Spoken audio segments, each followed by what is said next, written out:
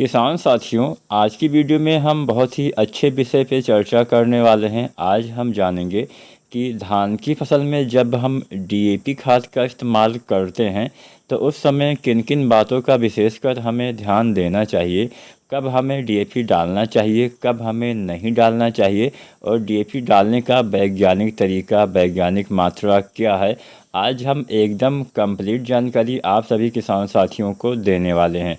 तो कोई भी आपके मन में सवाल हो तो आप कमेंट करिएगा और चैनल को सब्सक्राइब नहीं किया है तो एसआरजे खेती चैनल को आप सब्सक्राइब भी करिए। सबसे पहले बात करते हैं कि हमें कौन सी गलतियां नहीं करना चाहिए अगर हम डीएपी खाद का इस्तेमाल करते हैं। हालांकि सबसे बड़ी गलती हम क्या करते हैं, सबसे पहले यही जानते हैं। अब डीएपी में होता क्या है, डीएपी में कुल मिला के दो तत्व पाए जाते हैं। एक तो होता है आपका नाइट्रोजन, एक होता है फास्फोरस।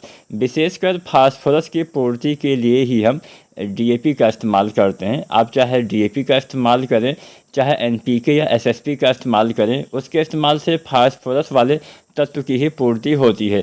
लेकिन आपको एक बात पता हो या ना पता हो, मैं आपको बता दूं, फास्फोरस एक ऐसा तत्व होता है जो लगभग ज़्यादातर स्थिर ही रहता है। स्थिर का मतलब ये होता है कि अगर आपने फास्फोरस कहीं पे ज़मीन में डाला तो लगभग वहीं पे वो रह जाता है, ज़्यादा हिलता डोलता नहीं है। तो इससे आपको समझ में क्या आया, इससे आपको क्या आपको दिमाग में क्या आया कि अगर आप मान लीजिए फास्फोरस का इस्तेमाल शुरुआत के समय में नहीं करते हैं, बाद में करते हैं, तो उसका लाभ आपके फसल में ज़्यादा नहीं मिलेगा। क्यों नहीं मिलेगा? बाद में आप डालेंगे तो बाद में ऊपर से डालेंगे, ज़मीन के नीचे जड़ें होती हैं, कुछ नीचे तो जाएगा लेकिन उतना नीचे तक नहीं जा पाएगा, उसका 100% उपयोग आपके पौधे नहीं कर पाएंगे। तो चाहे बात डीएपी की जाए, चाहे बात एसएसपी की जाए, चाहे बात की जाए एनपीके की, अगर हम निराई गुड़ाई करते हैं तो उन फसलों में आप बाद में डाल भी सकते हैं। लेकिन धान की फसल में कहाँ हम निराई गुड़ाई करने वाले हैं, तो इसलिए आपको किसी भी फसल में उसकी रोपाई या बुआई के समय ही जो फास्फोरस वाली खादों का इस्तेमाल करना चाहिए, तब आपको उसका ज़्यादा लाभ मिलता है। बहुत सारे किसान साथी रोपाई के समय डीएपी नहीं डाल पाते हैं तो बाद में डालते हैं, बाद में आपको उतना ज़्यादा लाभ नहीं मिलेगा। अगर आपको बाद में डालना भी है तो आप नैनो डीएपी वगैरह डाल सकते हैं जिसका आप फोलियर स्प्रे करेंगे, लेकिन हमें बेसल डोज के रूप में कुछ ना कुछ खाद डालना पड़ेगा। तो हम शुरुआती वाली जो डीएपी होती है उसको तो हमें मिट्टी में ही इस्तेमाल करना पड़ेगा।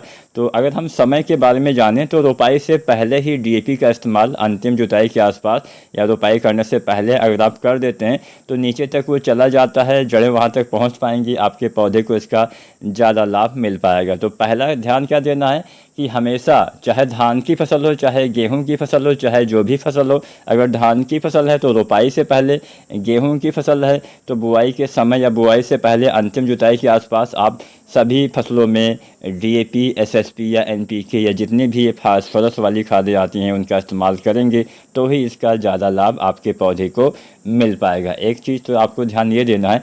दूसरा चीज़ ध्यान क्या देना है, डीएपी वाली खाद के साथ या फिर फास्फोरस वाली किसी भी खाद के साथ कभी भी आपको जिंक सल्फेट का इस्तेमाल नहीं करना है।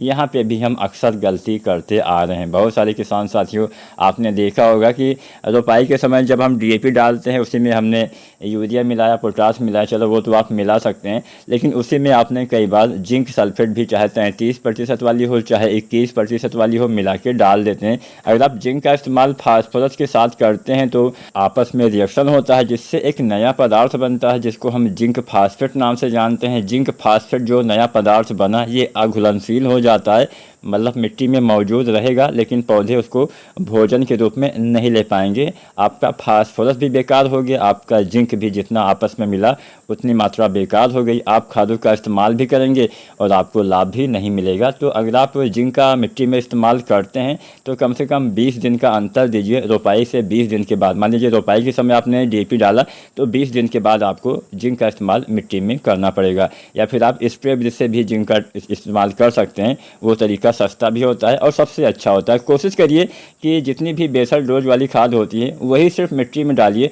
बाकी की जो खादें होती है आप उसका इस्तेमाल अगर आप फोलियर स्प्रे से करते हैं, छिड़काव विधि से करते हैं, तो उससे फ़ायदा ये मिलता है कि मात्रा भी कम लगती है और आपके पौधे को मिलने वाला लाभ भी ज़्यादा मिलता है। तो बस ये 2 बातें आपको ध्यान देना है। हमेशा डीएपी रोपाई के पहले डालना है, इसके साथ साथ जिंक का इस्तेमाल डीएपी के साथ नहीं करना है। और लगभग मात्रा की बात की जाए तो 30 से 40 किलो मात्रा डालिए। 30 किलो जल्दी पकने वाली वैरायटी में, 35 किलो मध्यम औज वाली वैरायटी में, 40 किलो देर से तैयार होने वाली वैरायटी में डीएपी खाद का इस्तेमाल रोपाई से पहले करना चाहिए। वीडियो अच्छी लगी हो लाइक करें।